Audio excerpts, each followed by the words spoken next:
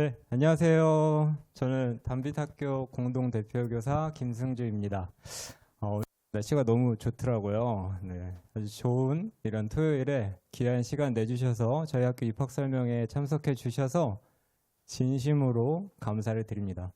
오늘 입학 설명회는 먼저 제가 우리 아이들에게 어떤 교육이 필요할까에 대해서 잠시 이야기를 나누고요. 이어서 공동대표교사 설동준 선생님께서 담빛학교의 교육에 대해서 좀 더 자세히 말씀을 드리고 또 입학에 관련된 다양한 정보에 대해서도 말씀을 드릴 예정입니다. 아무쪼록 이 시간이 참석하신 학부모님들과 우리 학생들에게 의미 있고 유익한 시간이 되기를 바라봅니다. 시작해 볼까요? 네, 저는 오늘 고유한 빛을 발견하는 여정 이런 주제로 학부모님들과 이야기를 좀 나누고자 합니다. 혹시 그림책 좋아하세요? 그림책 좋아하니? 그림책 안 좋아하지? 저도 그림책을 별로 좋아하진 않아요. 그림책을 좋아하진 않는데 저희가 올해 여름에 아이들 한 10명을 데리고 한 주 동안 캠프를 다녀왔습니다.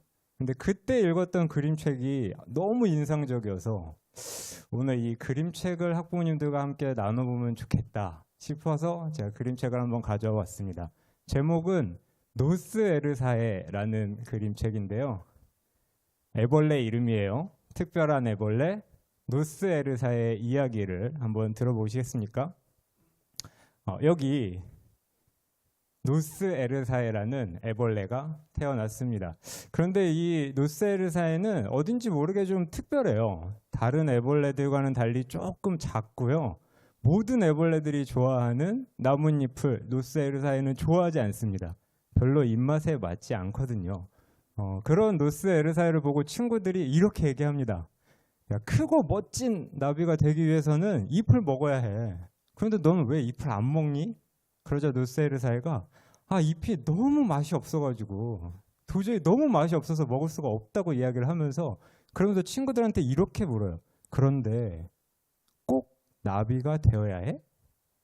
그러자 친구들이 이런 노스 에르사의 이야기에 황당하다는 듯이 웃으면서 당연하지, 나비가 되는 건 우리 모두의 꿈이잖아, 이렇게 이야기를 합니다. 그러자 노스 에르사에가 노스 에르사에는 도저히 친구들의 이야기를 납득할 수가 없었어요. 그러면서 이렇게 생각하죠.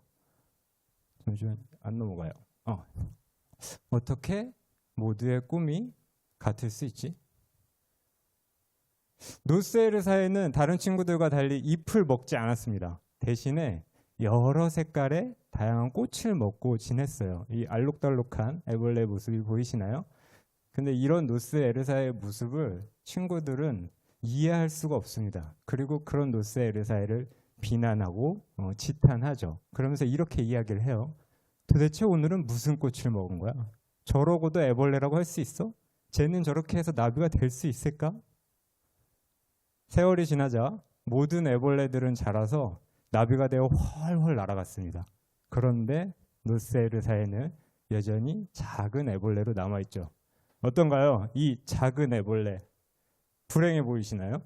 노스 에르사에는 불행한 삶을 살았을까요? 노스 에르사에는 나비가 되지는 못했지만 깊은 풀숲 속에서 다양한 친구들을 만나며 신나는 모험을 하면서 지냈습니다. 이 지렁이를 따라서 깊은 굴 속에, 개미 굴 속에 굴을 탐험하기도 하고 이 거미가 쳐놓은 거미줄을 타면서 신나게 놀기도 했어요. 그러던 어느 날 노스 에르사에는 나비가 된 친구들과 만나 이야기를 하게 됩니다. 친구들은 넓은 세상 속의 이야기를 노스 에르사에게 들려주었고 노스 에르사에는 깊은 풀숲 속의 이야기, 친구들이 알지 못하는 깊은 풀숲 속의 이야기를 들려주었어요. 그리고 나서 한 친구가 노스 에르사에게 이렇게 묻습니다. 그런데 넌 나비가 되지 못해도 괜찮아? 그러자 노스 에르사가 이렇게 얘기하죠. 괜찮아. 난 알록달록한 내 모습 이대로를 사랑해. 이게 이야기의 끝입니다. 어떤가요? 굉장히 따뜻한 이야기죠? 아니에요? 저만 따뜻한가요? 그런데요.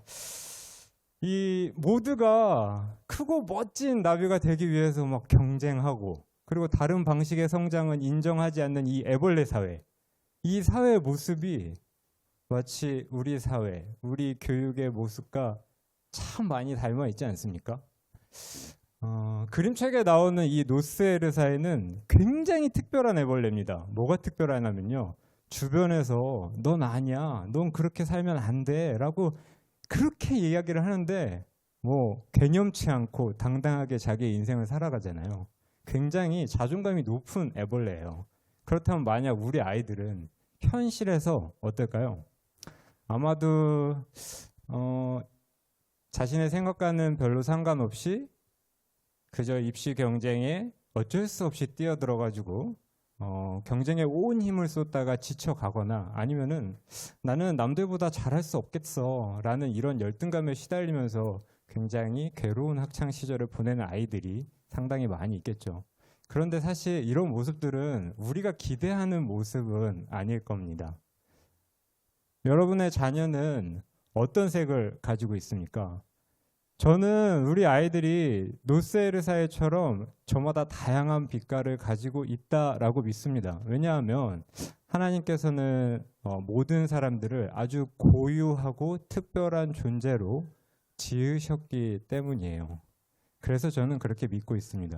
그렇다면 우리 아이들이 자신이 가지고 있는 자신만의 빛으로 밝게 빛날 수 있도록 어떻게 하면 우리 아이들을 도와줄 수 있을까요? 저는 그 이야기를 좀 해보려고 합니다. 단빛학교에 있는 것 그리고 단빛학교에 없는 것들을 말씀을 드리면서 우리가 이것에 대해서 한번 생각해 봤으면 좋겠습니다. 먼저 단빛학교에는 세상을 보는 특별한 시각, 기세, 저희가 줄임말이에요. 기독교 세계관이 있습니다. 조금 생소한 세계관이라는 말이 나왔는데요. 세계관 뭘까요? 세계관은요. 세상을 이해하는 틀이나 관점을 의미합니다. 그러니까 마치 우리가 창문을 통해서 세상을 바라보듯이 사람들은 어떤 자신의 경험이나 배움을 통해 형성된 자신만의 세계관이라는 창을 통해서 세상을 바라보고 이해합니다. 그래서 우리가 같은 세상을 보고 있는데 해석을 서로 달리하는 이유는 우리가 가지고 있는 세계관이 다르기 때문이에요. 그런데 문제는 이 세계관이 성경적인 관점이랑은 다를 때가 굉장히 많다라는 겁니다. 모두가 큰 나비가 되어야 해라고 외치는 애벌레 사회처럼 우리 아이들은 행복하게 살기 위해서는 좋은 대학에 가고 또 좋은 직장을 얻어야 해라는 그런 세계관을 지닌 문화 속에서 살고 있습니다. 그런데 우리가 한번 생각해 볼 것은 이런 세상 속에서 우리 아이들이 하나님께서는 모든 사람을 고유하고 특별한 존재로 지으셨다라는 그런 관점으로 나를 바라볼 수 있을까요? 그게 가능할까요? 세계관은 경험을 통해 형성이 됩니다. 그러니까 우리가 현실적으로 한번 생각을 해보자고요. 우리 아이들이 한 주 동안 지내고 있는 문화는 모두를 같은 동일한 방식으로 평가하고 그중에서 우수한 성적을 가진 아이들만 칭찬받는 문화, 그런 문화 속에서 한 주를 지내잖아요. 그러다가 주일날 교회에 가서 그래도 너는 정말로 특별한 아이야. 하나님께서는 너를 정말 특별하게 지으셨어. 이런 이야기를 듣는다고 해서 우리 아이들이 아 정말 그렇구나. 나는 하나님께서 지으신 특별한 아이구나. 이걸 받아들일 수 있을까요? 없잖아요. 세계관은 경험을 통해 형성됩니다. 그러니까 우리 아이들이 가지고 있는 서로 다른 재능, 이 재능을 동등하게 존중받고 나를 정말로 존귀하게 여기는 그런 경험을 해봐야만 아이들이 하나님께서는 모든 사람을 고유하고 특별한 존재로 지으셨다라는 것을 마음으로 받아들일 수 있게 되는 겁니다. 그래서 우리 아이들의 빛을 살리려면요, 무엇보다 기독교 세계관을 바탕으로 하는 문화 속에서 기독교적인 가치를 지속적으로 경험해야만 그러한 세계관을 아이들이 자신의 세계관으로 형성할 수 있게 됩니다. 그게 중요해요. 어떤 문화 속에서 사는가, 이게 정말로 중요합니다. 저희 학교는 기독교 세계관, 즉 성경적인 관점으로 세상을 바라보고 이해합니다. 하나님이 어떤 분이신지, 무엇이 좋은 삶이고 진정한 성공인지, 이런 기준이 세상의 시각과는 좀 다릅니다. 그래서 학생들은 이런 문화 속에서 자신만의 빛을 찾고 또 그것을 인정받고 사랑과 섬김이라는 이런 기독교적 가치를 지속적으로 경험하면서 그것을 자신의 세계관으로 받아들이게 될 것입니다. 고유하고 특별한 존재로서의 나를 찾기 위해서는 무엇이 필요할까요?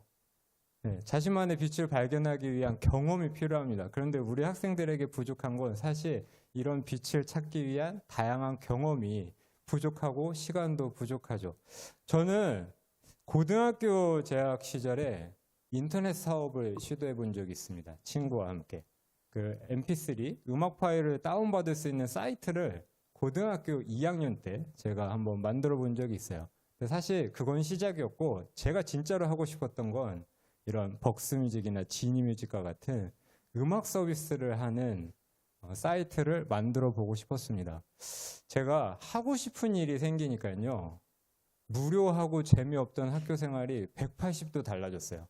전에는 사실 학교에 가서 수업 시간에는 늘 졸기 바빴고 급식 시간에만 잠깐 일어나서 밥을 먹는 그런 학창 시절을 보냈는데 하고 싶은 일이 생기니까 수업 시간에 절대 졸지 않게 됐습니다.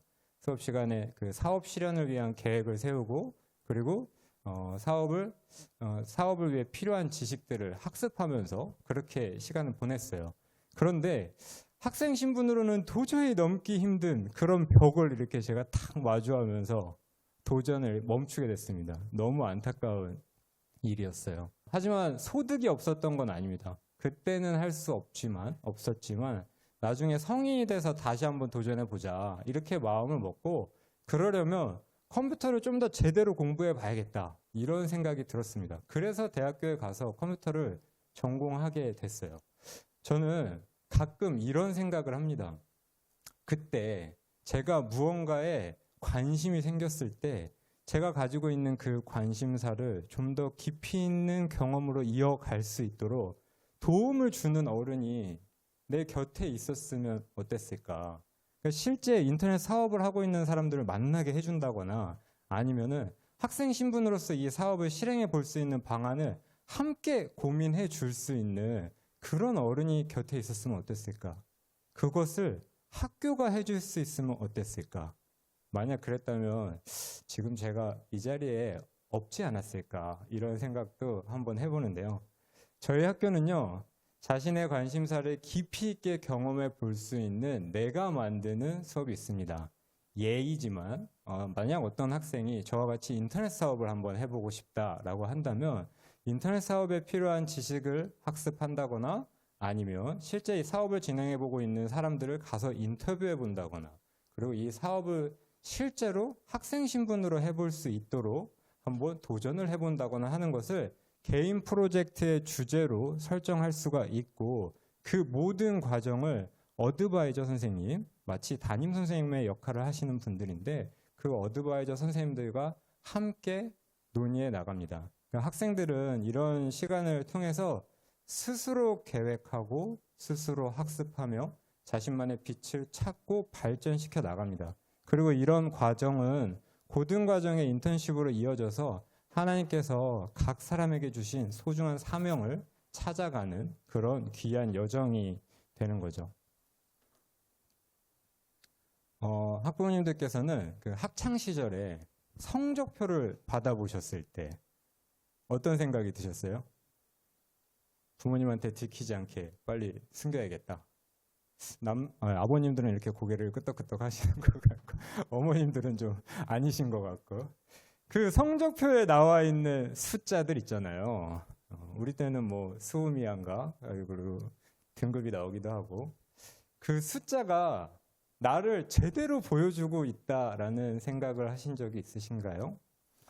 사실 서로 다른 재능을 가지고 있는 학생들을 동일한 잣대로 평가하고 점수로 줄 세우는 것은 아무런 의미가 없습니다. 네.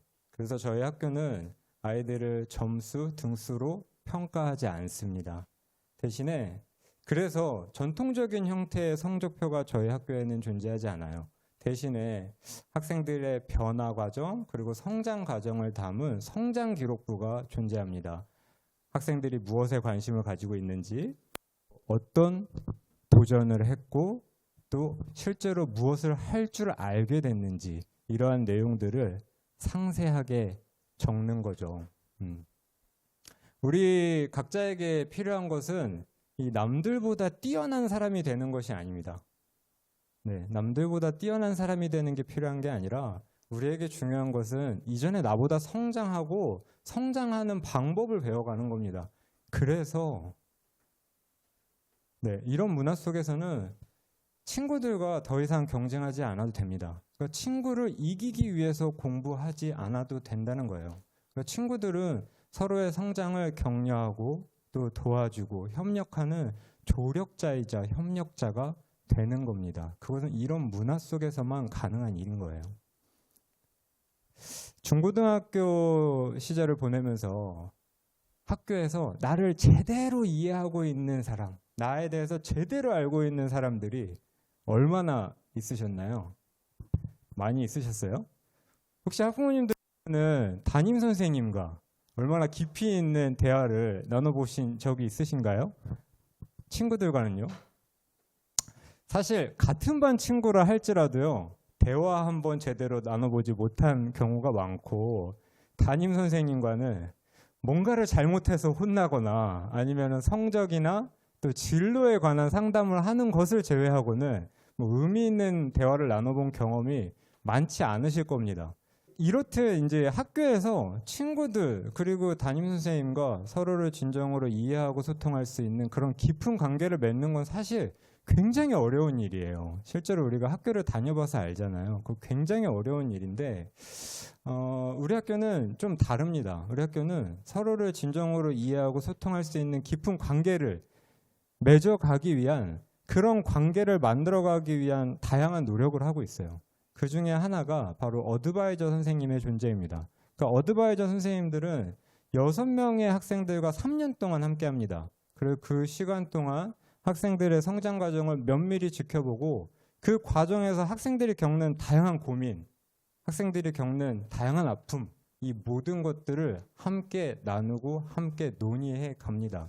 그러니까 우리가 일반적으로 학교에서 무슨 일이 있거나 특별한 일이 생길 때만 하는 의례적인 상담이 아니라 학생들은 매일 어드바이저 선생님들과 대화하고 또 일주일에 한 번 있는 정기 상담 시간을 통해서 어드바이저 선생님들은 학생 한 명 한 명을 제대로 이해하려고 노력을 합니다.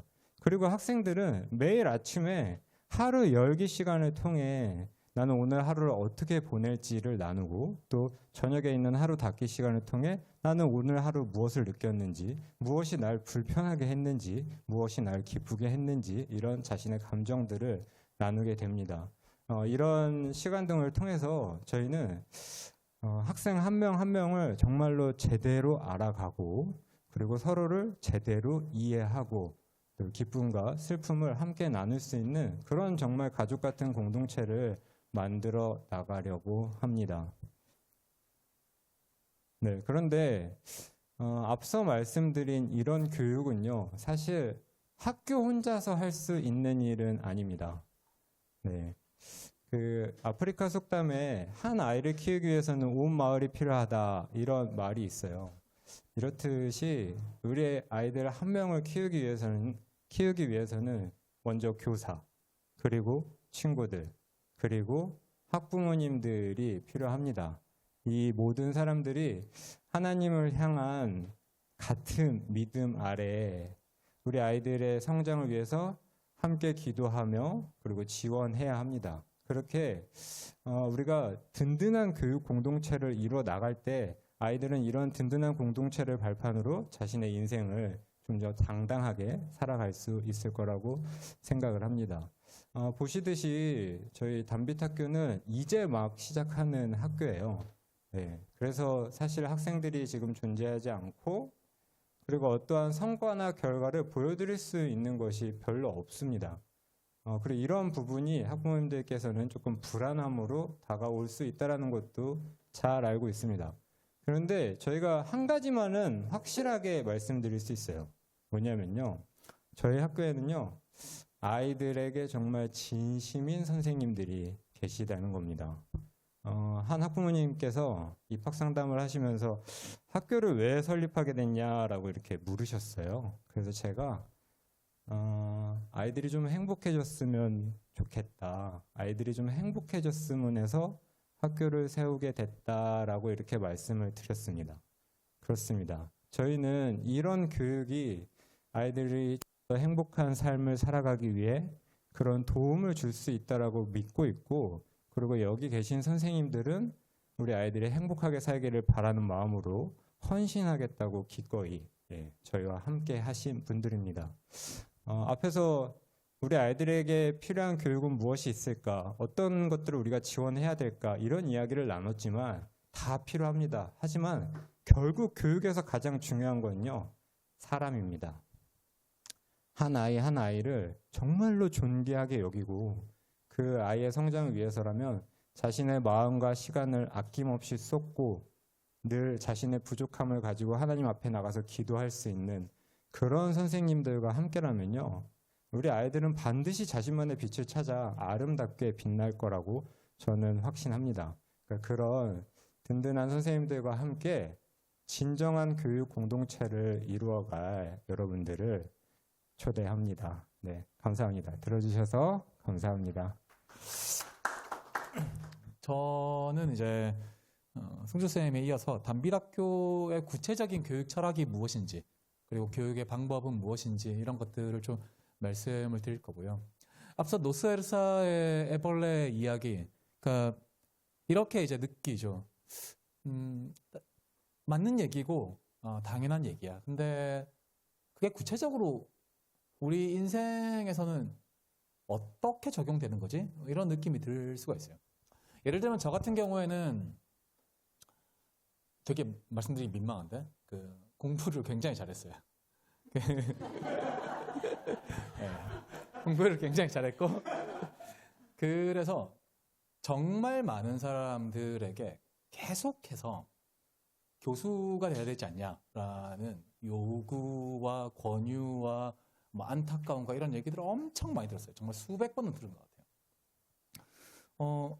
제가 학생들을 가르치는 걸 싫어하지는 않습니다. 그리고 지금도 요구가 있어서 대학에서 강의를 하기는 하는데 꼭 교수가 되고 싶지는 않았어요. 하고 싶은 다른 일들이 있었고 좀 의외의 일일 수 있는데 저는 개인적으로 제일 좋아하는 일은 가구를 만드는 걸 제일 좋아합니다. 목공으로 가구를 만드는 걸 제일 좋아하는데 이유가 뭐냐면 어떤 가구 하나를 만들려면 이 가구를 쓰려고 하는 사람에 대해서 많이 상상을 해야 됩니다. 실제로 저는 이제 가구를 선물용으로 만드는데 항상 그 선물을 받을 사람이랑 얘기를 해서 그 가구가 놓일 장소, 그 가구가 일상 안에서 어떤 쓰임을 얻을 것인지, 어떤 색감과 집에서 주로 사용하고 있는 어떤 인테리어의 특징과 이런 것들을 다 확인을 하고 만듭니다. 디자인부터 시작을 해서. 그러니까 그거는 저에게는 어떤 느낌이 있냐면 한 사람을 굉장히 구체적으로 이해하게 해주는 거. 그래서 그 사람과 내가 연결되어 있다라는 어떤 인상을 분명하게 주는 활동이거든요.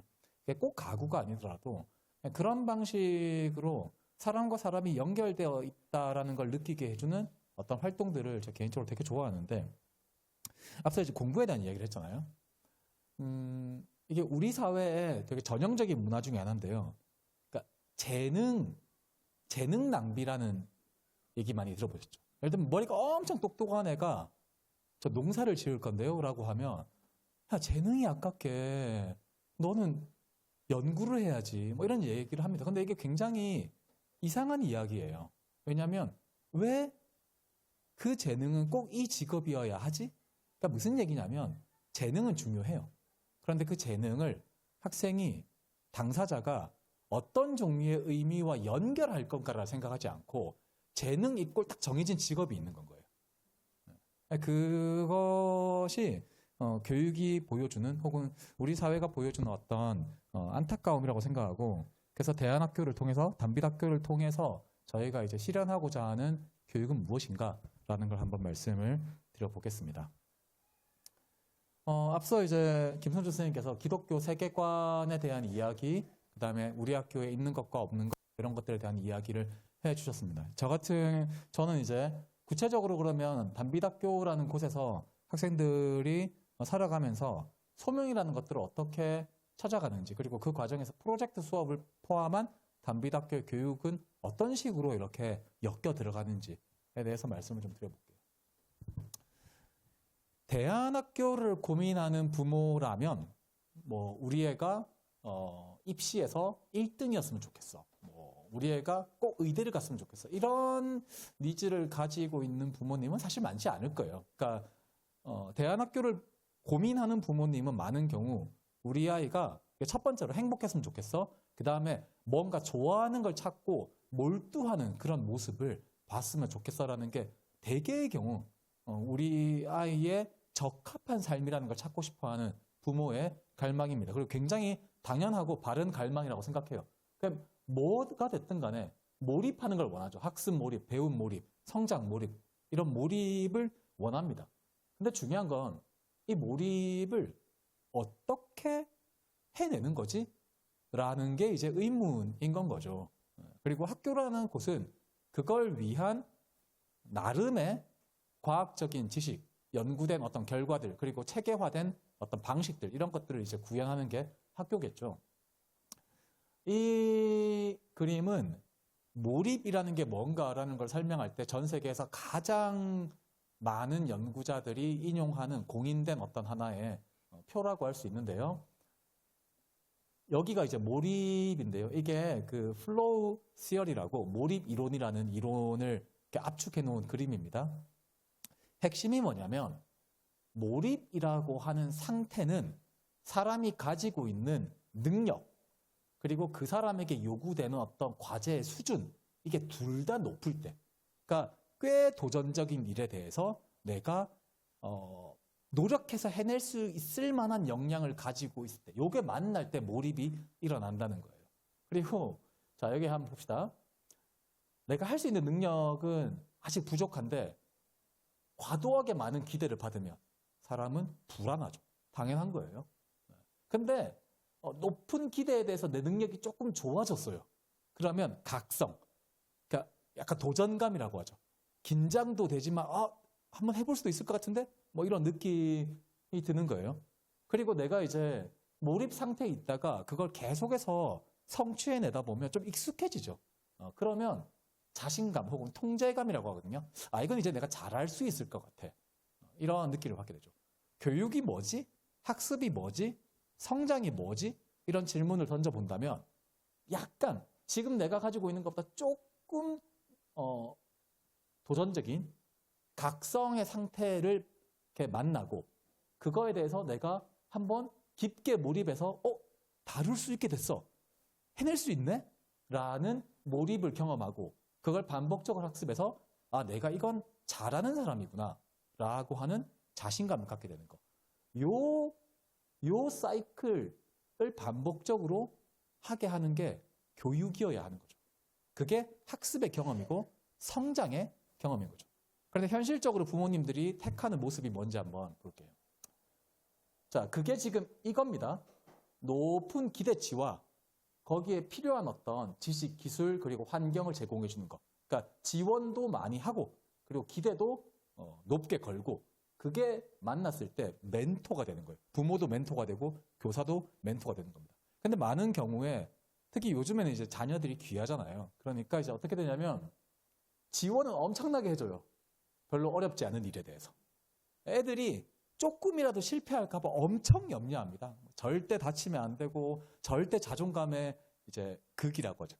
자존감 긁히면 절대 안 되고 조금만 애가 갈등이나 어려움을 겪으면 이제 이거 학생 인권 문제 있는 거 아닙니까? 이런 얘기들이 막 나오죠. 뉴스에 보면. 그걸 보호자 마인드셋이라고 합니다. 쉽게 말하면 아이가 다치지는 않겠죠.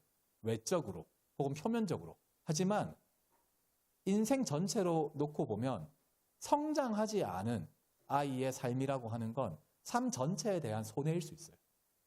또 하나 반대죠. 자, 타이거 파더는 별로 없는데 타이거 맘, 흔히 말하는 타이거 맘, 강요자 마인드셋이에요. 엄청 닥달합니다.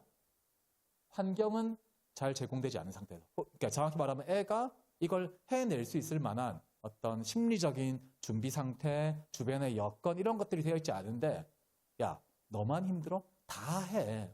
이게 뭐니 성적이? 뭐 이런 얘기. 혹은 애가 나 이번에 국어 100점 맞았어. 이러면 영어는? 수학은? 다 100점 맞았어. 민수는? 네, 이렇게 가는 게 이제 타이거맘이죠. 네. 그러니까 지원하지 않고 기대만 계속 높게 가는 거예요. 이 두 개가 가장 보편적인 아마 한국에서의 부모의 모습일 거예요. 그러면 부모님들은 이걸 하기 싫은 거냐?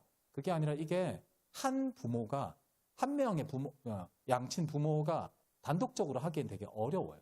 체계적이고 전문적인 형태의 환경이 필요한 영역입니다. 물론 관련된 지식도 필요하고요. 그래서 이제 제가 그 첫 번째 말씀드리고 싶은 건 이런 겁니다. 배움이라고 하는 거. 그러니까 대안학교로 생각할 때 많은 부모님들 포함해서 학생들까지도 가지고 있는 오해 중에 하나가 대안학교는 애들이 빡세지 않아. 그래서 애들이 많이 이렇게 원하는 대로 생활할 수 있어. 그리고 놀 수 있어. 이런 게 대안학교에 대한 이미지 측면에서 놓고 보면 좀 오해라고 저는 생각을 합니다. 배움에는 필연적으로 어려움이 따르게 돼 있어요. 이거는 과학적으로도 심리학적으로도 다 증명되어 있는 바입니다.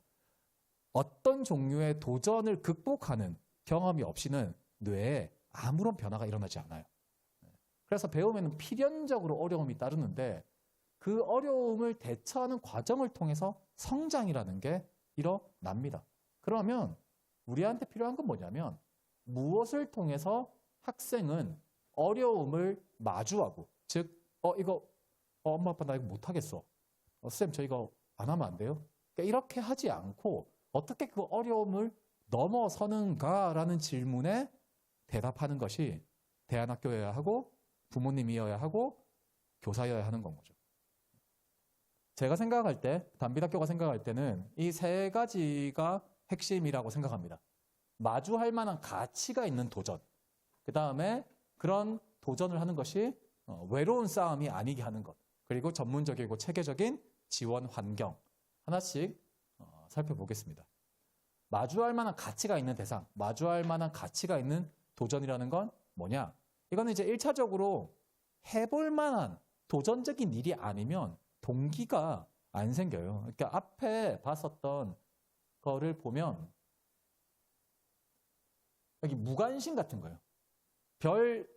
별로 해볼 만한 도전이 아닌 그게 이 영역이거든요. 여기 무관심, 지루함, 휴식 이런 느낌인 거예요. 그러니까 이걸 해야 돼요. 안 해봐도 딱 알 것 같은데 뭐 단순 반복적인 활동들 그런 것들은 아무런 어떤 동기를 끌어내지 않죠. 해보고 싶다는 마음을 끌어내지 않는 거예요. 그러니까 사실 뭔가 도전할 만한 뭐가 있어야 됩니다. 실제로 단비학교에서 했었던 걸 보면 자, 여기 보이는 이게 학생들이랑 같이 만들었던 아지트예요. 아지트. 학생들이랑 반년 동안 저거 만들었어요. 그러니까 일주일에 한 번씩 대략 반나절 정도씩 시간을 보내면서 무려 반년을 보냈습니다. 누구랑 만들었냐? 초등학교 5학년, 6학년짜리 애들하고 만들었어요. 망치질도 한번 제대로 해본 적이 없는 애들이었어요. 물론 이제 제가 많이 도와줬습니다. 제가 많이 도와줬는데 정확히 말하면 도와줬다기보다 함께 했죠. 사실은 교사로서 저도 얘들이? 라는 생각을 안 한 건 아니에요. 꽤 도전적인 상황이었죠. 이걸 그냥 했냐? 그러지 않았어요. 건축학과에 가면 학생들이 건축 도면 그리기를 합니다. 20분의 1 도면에 자기가 만들고 싶은 아지트의 이제 컨셉 디자인이라고 하죠. 이거부터 시작을 했었어요. 그 다음에 컨셉 디자인하고 난 다음에는 이제 컨셉 디자인을 하면서 여기 스티로폼을 가지고 목업이라고 하죠. 미니어처 목업도 만들어보고 그 다음에 그런 우리가 만들려고 하는 아지트가 실제적으로 어떤 구조를 가지고 있는지 그 다음에 이게 힘을 받칠 수 있는지 쉽게 말하면 물리학적인 이해인 거죠. 그런 걸 하기 위해서 PVC 파이프 가지고 실제 사이즈처럼 대형 목업을 만들어서 테스트도 해보고 그리고 나무를 테스트했던 거고 나무를 이제 하나하나씩 같이 잘라가면서 목공 도구도 익히고 힘을 어떻게 써야 되는지도 배우고 뭐 이런 과정에서 안전에 대한 것들도 생각해보고 뭐 그런 과정들을 반년 동안 거쳤습니다. 그렇게 해서 마지막에 이제 학교 한켠에 이만한 한 2평 정도 되는 사이즈, 1평 반, 2평 정도 되는 사이즈에, 그러니까 초등학생들 입장에서는 한 번도 안 해봤을 것 같은 정도의 사이즈의 구조물을 만드는 일을 해봤었습니다. 그러니까 방과학교 수업 형태로 이제 우리가 진행하고 있을 때 했었고, 진행했던 수업들 중에서 꽤나 학생들이 그래도 동기를 가지고 참여했었던 내용이었다라고 생각을 합니다. 해볼 만한 도전이라는 건 이제 이런 의미인 거죠. 그리고 이걸 하기 위한 여러 가지 교육적 지원들도 있었던 거고요. 자, 두 번째, 그러면 그런 도전이 외로운 싸움이 되지 않게 하는 것은 무슨 의미냐? 이 한 장의 사진이 많은 것을 이야기해 준다고 생각하는데요. 이번 여름에 학생들이랑 같이 일주일 동안 캠프를 갔을 때 그 캠프에서 6km 트레킹 하는 과정이 있었어요. 그러니까 초등학교 애들 입장에서 6km를 걷는다라는 거 쉬운 일은 아닐 거예요. 그러니까 뭐 어른들처럼 뭐 산행을 자주 한다거나 뭐 배낭여행을 해봤다거나 이런 사람들은 걷는 것의 의미라는 것을 좀 이렇게 견디고 느낄 수가 있죠. 근데 아이들 입장에서는 지겹거든요. 근데 이거를 처음 걷기 시작해서 한 100m, 200m 좀 갔을 때부터 쌤, 안 하면 안 돼요? 다리가 아픈데요. 저 못 걸을 것 같은데요. 주저앉을 것 같아요. 아직 5.8km 남았는데.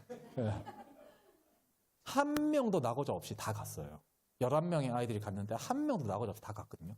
그러면 그거를 선생님들이 중간중간 뭐 사탕 주면서 뭐 업어가면서 달랬냐? 그렇게 하지 않았어요. 제일 중요한 건 뭐냐면 친구들이 가자고 했어요. 여기 주저앉고 싶은 학생이 있죠. 옆에 있는 친구가 가자, 가자 이렇게 하는 거예요. 학습 상황 안에서 이런 장면 굉장히 많이 일어납니다. 뭐냐면 학생들은 친구가 하고 있으니까 같이 하는 게 굉장히 많아요. 이게 엄청 중요한 문제예요. 교사가 있고요. 예를 들면 명교사가 있다고 쳐봅시다. 뛰어난 교사가 있고 그 수업을 한 명 듣고 있는 학생이 있고 시험 봐서 평가받는다고 치면 관계라는 게 어떻게 형성되냐면 교사, 학생, 교사, 학생, 교사, 학생 이렇게 형성돼요. 친구들 간의 관계는 뭐지? 라고 하면 잠재적 경쟁자가 되는 거예요. 이게 우리가 흔히 알고 있는 교실의 풍경인 거죠. 협력학습, 이게 이제 교육학적으로는 협력학습이라고 하는데요. 학생들이 아까 얘기했던 해볼 만한 도전을 마주해야 된다고 했잖아요. 근데 그 도전을, 그 어려움을 극복하면서 성장하는데 그 극복하는데 힘이 되는 굉장히 큰 도움닫기가 친구예요. 같이 하고 있으니까 하는 건 거예요. 그리고 해냈기 때문에 성취감으로 연결되는 건 거죠. 그래서 친구 관계가 경쟁 관계가 되지 않게 수업을 디자인하는 게 아주 중요합니다. 그래서 단비학교 같은 경우 앞서 이제 김승주 선생님이 이야기해 주신 것처럼 개별 학생들을 줄 세우기 방식의 평가를 하지 않거든요. 그런 부분들을 이제 학교에서 진행하려고 하고요. 근데 이런 질문이 생길 수 있습니다. 함께 한다고 해도 못하는 게 있을 수 있잖아요. 학생들마다 소질의 차이가 있고 재능의 차이가 있는데 예를 들면 그림을 그리는 거, 악기를 연주하는 거 어떤 애는 수월하게 되고 어떤 애는 안 된단 말이에요. 그럼 친구가 옆에서 플룻을 불고 있는데 한 번에 소리 냈어. 한 번에 음계까지 갔어 얘는. 나는 소리도 안 나. 2달 동안 했는데 소리가 안 나. 그럼 좌절감이 느껴진단 말이에요. 그럼 그런 것까지도 다 해결할 수 있냐? 그렇지는 않습니다. 당연히 그거를 뭐 마법처럼 뛰어넘는 방법은 없어요. 근데 중요한 게 뭐냐면 이런 겁니다. 학생이 음악은 노력해도 잘 안 되는데 예를 들면 체육을 잘한다거나 혹은 학생들 사이에 의견을 잘 이렇게 중재한다거나 이런 친구들이 있을 수 있잖아요. 그러면 핵심은 이거예요.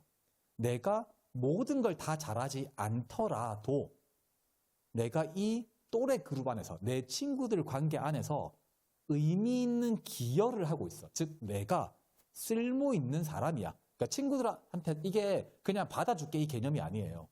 내가 이 안에서 의미 있는 기여를 하고 있어라는 영역을 확인할 수 있어야 돼요.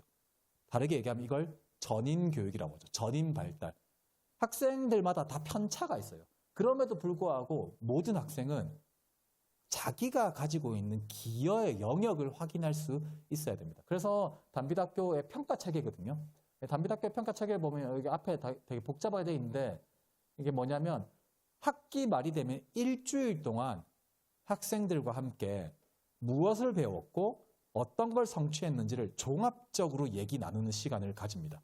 그러니까 이게 기존의 평가와 차이가 뭐냐면 기존의 평가는 각 과목별 성적을 봤잖아요. 그러면 나는 수학을 못해. 나는 영어는 적당히 해.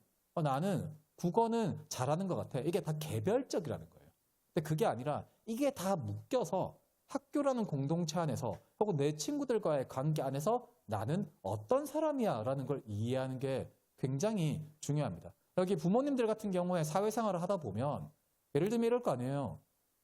직장을 다니는데 나 보고서 쓰는 건 자신 없는데 사람들이랑 대화해서 설득하는 건 굉장히 잘해. 뭐 이런 식의 메타인지라고 하죠. 그런 자각들을 통해서 이 공동체 안에서 내가 어떤 쓰임을 가져야 하는지를 알게 되잖아요.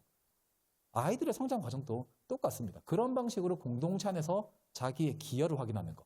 즉, 내 부족함을 숨기는 게 아니라 그런 부족함에도 불구하고 내가 종합적으로 어떤 의미를 가진 사람이다라는 걸 이해할 수 있게 해주는 게 평가 과정의 핵심인 건 거예요.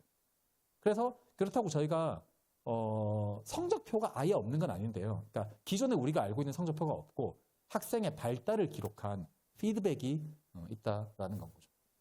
그리고 마지막으로 이런 모든 것들을 지원하기 위한 학교의 시스템이 있어야 됩니다. 이건 이제 뒤에 시간표를 설명하면서 좀 더 구체적으로 말씀을 드리겠습니다.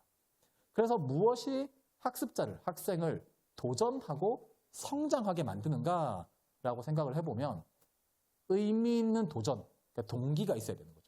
그다음에 도움을 주고받는 공동체. 여기서 제일 중요한 건 도움을 받기만 하는 공동체가 아니라는 거예요. 모든 학생은 내가 도움을 주는 사람이기도 하다라는 걸 경험할 수 있어야 돼요. 그리고 유연하고 체계화된 학교 공동체. 여기서 유연하다라는 건 학생들 한 명 한 명의 필요를 맞출 수 있을 만큼의 학교의 어떤 캐파가 있어야 된다는 거예요. 유연함이 있어야 된다는 겁니다. 그러면 이제 단비학교가 그걸 구체적으로 어떻게 구현하는지에 대해서 한번 살펴보겠습니다. 그것과 함께 이제 기독교인의 삶이라는 걸 볼 건데요. 단비학교는 큰 틀에서 우리가 흔히 말하는 교과목이라고 하는 국민 공통 기본 교과를 당연히 가르치고요. 그것과 함께 이제 단비학교의 대안 교과를 가르칩니다. 그걸 통해서 이제 이런 핵심 역량을 가르치는데요.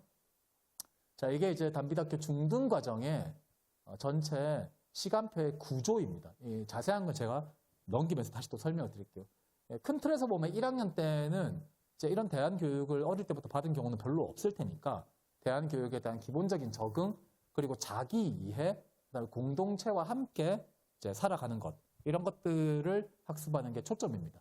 2학년 때는 자기 주도성이라고 하는 걸 좀 훈련하는 게 핵심이고요. 3학년 때 구체적으로 자기의 적성과 진로에 대한 고민들, 중등 과정에서 이렇게 하고, 고등 과정은 따로 여기 적진 않았는데 고등 과정은 아주 높은 자율성을 요구하는 방식으로 구성이 됩니다. 그래서 중학교 때 전반적으로 자기 주도성을 높이는 게 필요합니다. 자, 이제 하나씩 보겠습니다. 여기 이 노란색, 빨간색으로 되어 있는 게 우리가 흔히 말하는 그냥 이제 공교육 학교를 가게 되면 배우는 일반 교과입니다. 교과. 그 일주일 수업 시간표로 보면 대략 한 절반 정도의 시간이 이제 이런 공통 교과에 배정이 되어 있습니다. 그리고 여기 초록색과 파란색으로 되어 있는 게 단비학교의 역량 교과에 해당하는 내용들입니다. 그래서 이제 초록색으로 되어 있는 게 주로 공동체와 관련되어 있는 것들이고요. 파란색과 관련되어 있는 게 이제 역량 교과 중에서 좀 스킬을 배우는 거라든지 혹은 개인 프로젝트나 팀 프로젝트를 하는 이런 것과 관련된 내용입니다. 단비학교 홈페이지에 다 나와 있는 내용이기도 하고요. 이거 합쳐서 보면 이제 전체적인 교과의 구성을 보실 수가 있고, 또 하나 중요한 건 단비학교 점심시간이 좀 길죠. 90분. 단비학교에서는 점심시간에 생활 운동이라고 하는 걸 이렇게 병행합니다. 다들 공감하실 거예요. 요즘 학생들이 활동량이 많지 않다라는 건 다들 공감을 하실 겁니다. 그리고 그 활동적 삶이라고 하는 건 자존감이나 긍정적인 기분과도 굉장히 큰 연관이 있는 문제입니다. 그래서 단비학교에서는 매일매일 생활 운동을 하는 걸 되게 중요하게 생각합니다. 그러니까 예체능에서 구체적인 체육 교과가 있어요. 그거 외에 매일매일 몸을 활동적으로 이렇게 움직이는 생활 운동이 있는 것이 특징입니다. 자, 그러면 이제 이런 생각이 들 수가 있습니다. 그러니까 특히 신앙적으로 좀 이렇게 진지하신 부모님 입장에서는 여기가 그래도 이제 다른 일반적인 대안학교가 아니고 기독교 대안학교지 않냐. 그러니까 기독교인으로서의 삶은 그러면 어떻게 가능한 거냐. 이런 질문이 생길 수 있습니다. 시간표를 보면 기독교와 명시적으로, 직접적으로 관련되는 건 이렇게 빨간색이거든요. 그러니까 일주일에 2타임 예배랑 성경 시간이 있고요. 그다음에 매일매일 큐티가 있긴 합니다. 근데 큐티가 이제 독서와 같이 해서 30분 정도인데, 그러니까 어떤 이제 부모님이 보시기에는 이게 기독교 대안학교 치고는 조금 비중이 작지 않나요? 라고 이제 생각을 하실 수 있습니다. 그 부분에 대해서 이제 답을 드리면 이런 질문을 던져보고 싶어요. 기독교인으로 산다는 게 뭐지? 라는 질문을 한번 던져보면, 자, 교회를 가는 게 기독교인으로 사는 건가요? 기독교인의 삶의 일부를 구성하고 있죠. 기독교인답게 산다라고 하는 건 일단 하나님과 나의 관계에 대한 인식이 있어야 되죠. 이건 완전히 기초죠. 그 다음에 나를 움직이게 하는 그것, 나의 소명이라고 하죠. 그것을 알아야 됩니다. 그러니까 실천할 내용이 있어야 되는 거잖아요. 교회에 출석하는 것 외에 내가 인생으로서 실천할 무언가가 있어야 되는 거잖아요. 방향이 있어야 되는 거잖아요. 그리고 나의 쓸모와 기여에 대한 효능감. 내가 하나님의 뜻 안에서 이렇게 살아가는 것이 나에게도 기쁘고 다른 사람들한테도 도움도 되고 사회적으로 빛과 소금이 되는구나라고 하는 걸 경험적으로 느껴야 돼요. 그게 기분 좋은 일이어야 되는 거지 마냥 고생스러운 일이면 그걸 누가 하겠습니까? 그래서 기독교인으로 산다라는 건 이 세 가지가 다 있어야 되는 건 거예요. 그렇게 놓고 보면 이제 단빛학교는 그런 걸 위해서 정규교과 플러스 이제 프로젝트 수업이라는 걸 하는데요. 큰 틀에서 보면 나와 하나님의 관계, 그리고 나와 나 자신의 관계, 나를 이해하는 거죠. 그리고 나와 이 세상의 관계를 이해하기 위한 프로젝트 수업들이 학년별로 이렇게 쭉 배치가 되어 있습니다. 중등 기준으로요. 다르게 얘기하면 단빛학교에서 시간표상으로는 예배, 성경, 큐티 이렇게만 보이지만 사실은 이 시간표 전체가 기독교인의 삶을 실천하기 위한 지식을 형성하고 뭔가 내가 기여할 수 있는 게 있어야 되잖아요. 예를 들면 여러 의사가 있지만 특별히 어떤 소명을 가진 크리스천 의사가 있을 수 있어요. 여러 음악 연주자가 있지만 특별히 기독교인으로서의 삶을 고민하는 연주자가 있을 수 있어요. 그런 삶을 살아가려면 지식이 있어야 될 거잖아요. 그리고 뭔가 탐색을 해봐야지 내 소명을 알 거잖아요. 그 탐색을 통해서 경험을 획득하고 그래서 막연한 기대, 이런 거 됐으면 좋겠어. 뭐 하나님 이런 거 좋아하실 거야. 혹은 뭐 저는 이런 거 잘하는 것 같아요. 라고 하는 막연한 기대에서 구체적인 소명으로 전환시켜가는 과정. 이 모든 시간이 그런 시간이라는 겁니다. 다르게 얘기를 하자면 믿음과 삶의 거리가 있다는 게 요즘에 크리스천들의 큰 문제잖아요. 믿음과 삶의 거리를 좁히는 것. 학교가, 기독교 대안학교가 지향하는 궁극적인 목적이라고 할 수 있습니다. 자, 그다음 단빛학교에는 이런 학생들이 배우는 교육과정 외에 아주 중요한 교육과정이 있습니다. 부모님들께 상당한 압박감이 느껴질 만한 과정인데 바로 부모 교육입니다. 자녀가 입학을 하면 부모님은 반드시 부모 교육을 처음에 입학할 때 한번 듣는 게 아닙니다. 대학원 수강처럼 정해진 과목이 있고요. 그걸 반드시 들으셔야 됩니다. 왜냐하면 자녀가 학교에서 경험하는 어떤 문화가 있을 거잖아요. 지지적인 문화, 그리고 도전을 격려하는 문화.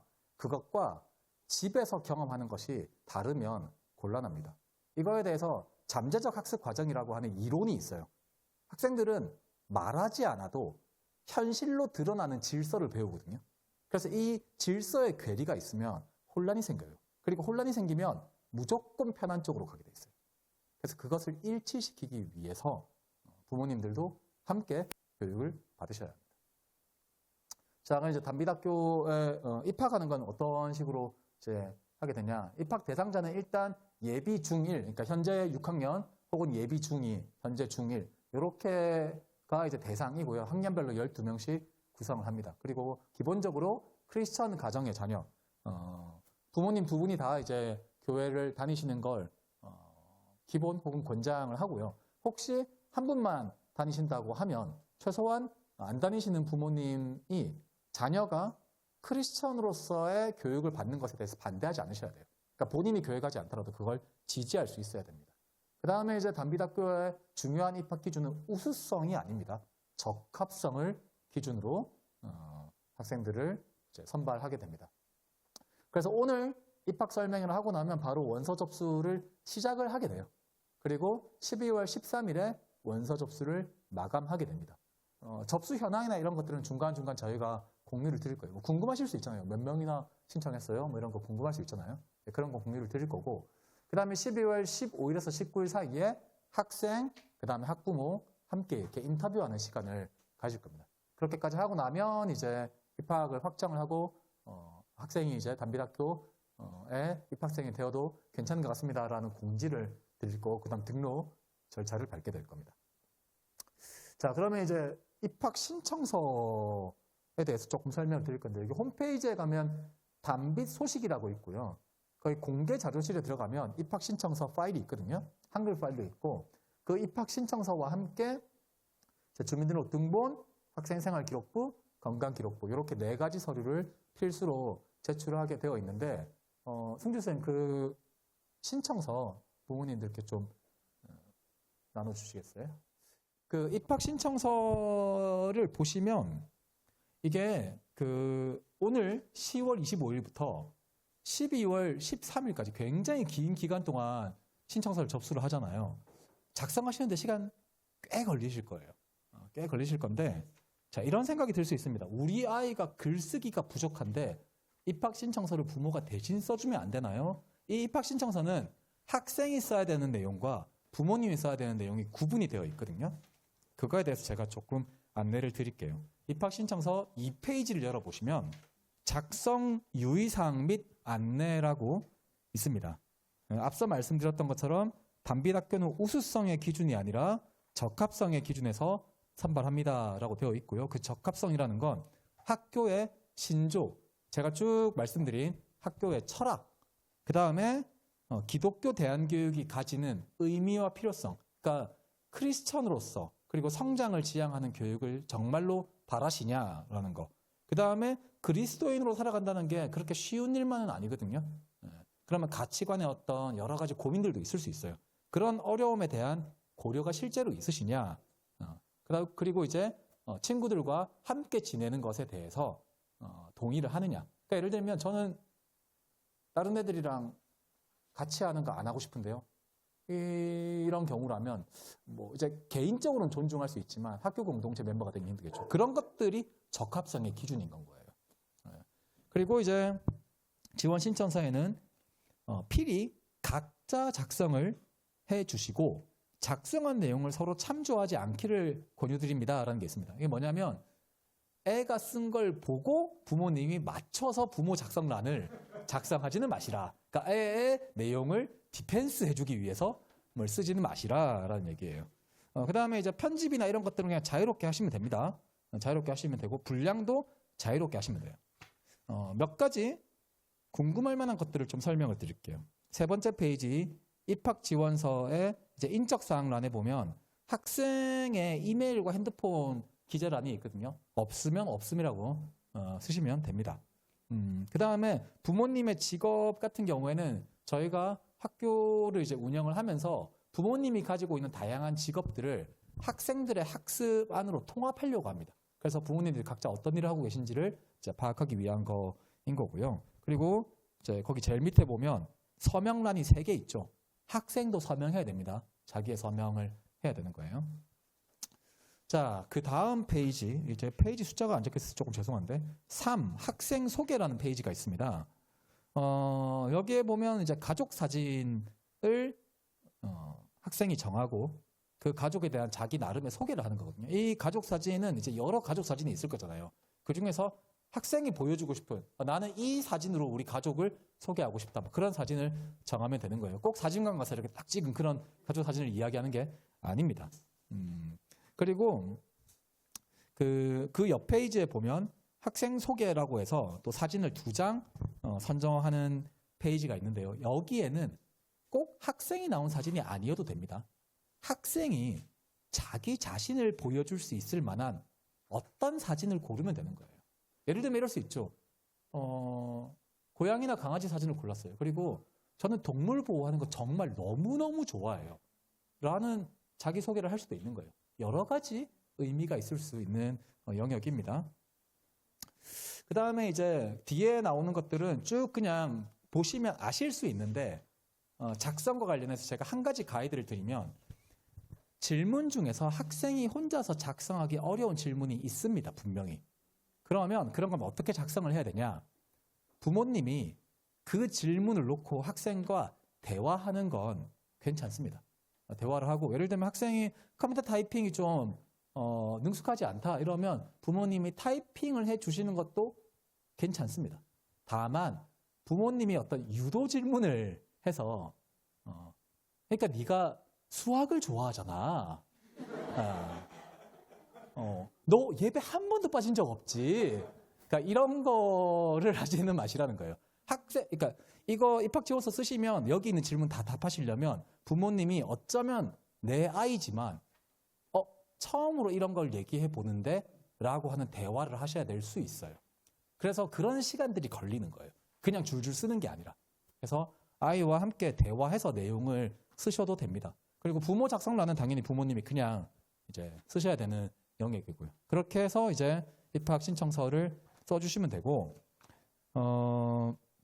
그 다음에 이제 제일 마지막에서 두 번째 페이지 보시면 입학 설명의 소감을 쓰는 란이 있습니다.